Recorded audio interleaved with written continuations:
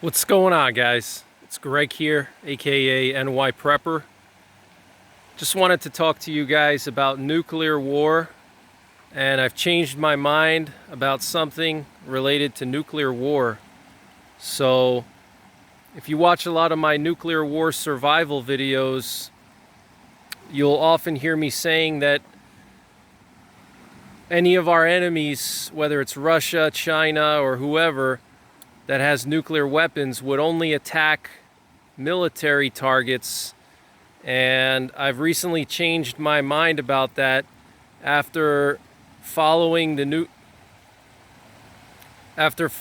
Ukraine war for the past year and a half and seeing what Russia has done in Ukraine.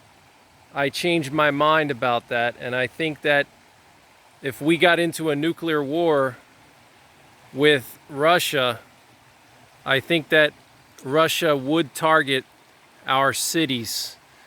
Now, Russia has specific nuclear weapons that many people believe were made for targeting big cities. And these are the road mobile ICBMs that Russia has. They're Topols and Topol-M missile systems, and those are both road mobile and they're also silo based.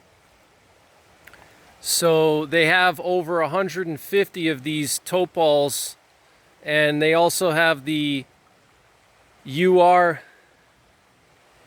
and they also have the SS-18 Satan 1 missiles. And so the Topols and the Satan 1 missiles both carry very large warheads. They're not MIRVs. MIRVs is multiple independent reentry vehicle. So a MIRV is a missile that carries multiple warheads on it, okay?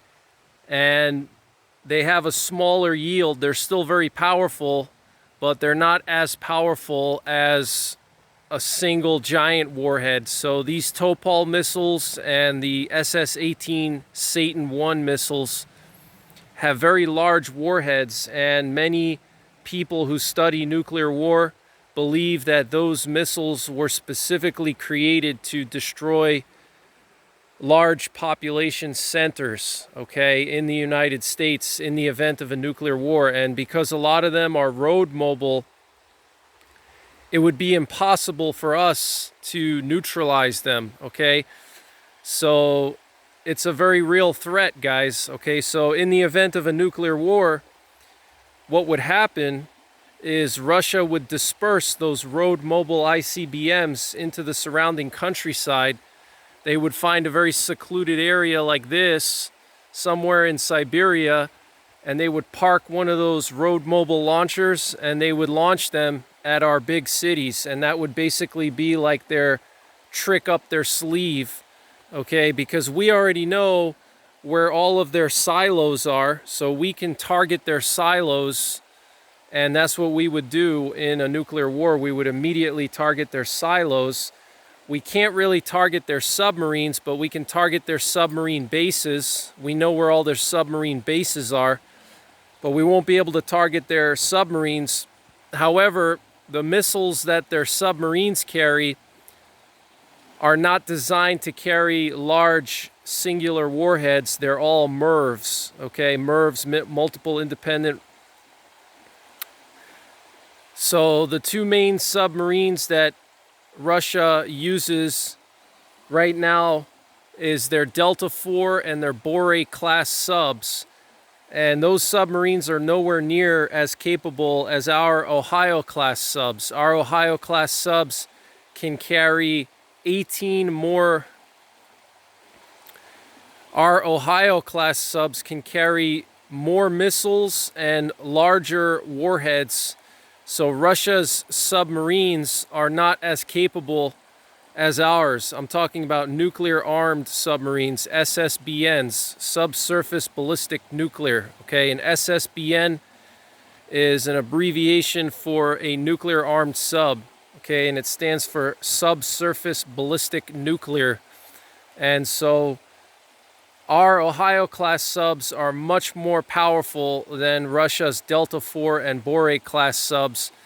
And so their subs carry smaller warheads, and so those smaller warheads would most likely be used to target our military bases, our critical military bases, and our nuclear arsenal, okay? But those large singular warheads that are mounted on trucks are the ones that a lot of people fear Russia could use against our cities, because they would be impossible to destroy, because Russia is such a large country and they could just drive these trucks out into the middle of nowhere, park and launch.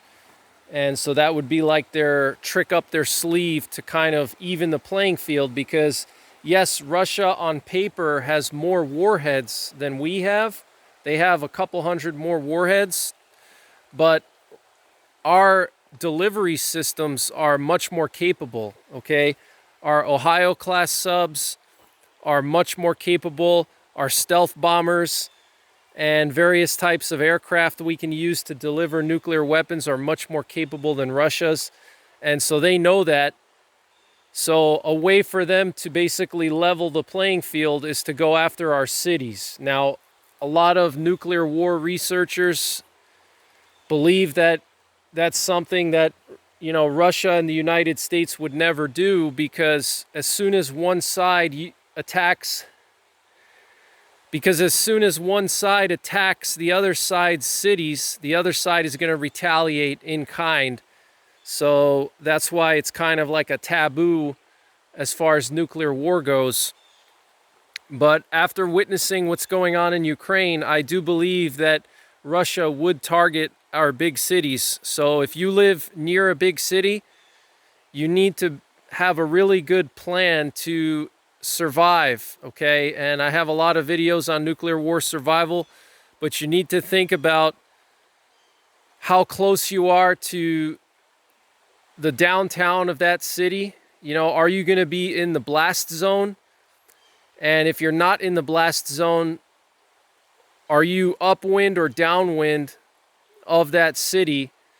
And how do the winds change throughout the year? How do the prevailing winds change? Okay, because that's critical as well, all right? Because you may not be downwind, let's say in the wintertime, but in the summertime you might be downwind, and you're going to get very heavy fallout in your area. So you need to think about this. Look at this giant hemlock tree. This thing is massive, massive hemlock tree. So think about that, guys. If you live near a big city, are you in the blast zone? Are you downwind? What are the prevailing winds? And a good resource to use is NukeMap. Okay, NukeMap is a website that you can use to simulate nuclear explosions.